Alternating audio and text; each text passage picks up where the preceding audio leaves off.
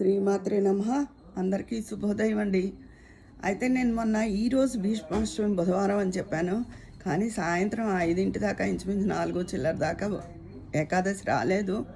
రేపే మనం మిగులు చేస్తాం కాబట్టి రేపే భీష్మాష్టమి. కాకపోతే ఈరోజు బుధవారం దశమి, ఏకాదశి తిథి కూడా సాయంత్రం కలిసింది కాబట్టి ఈరోజు కూడా చాలా మంచి రోజు.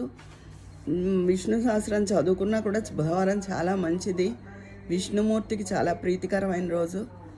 ఇంతకీ భీష్మాష్టమి రేపు. నేను పొరపాటు చెప్పడం జరిగింది. అందరూ ఏం చేస్తున్నారు? కొంచెం టిఫిన్లు అవి హడావిడి తగ్గాయా?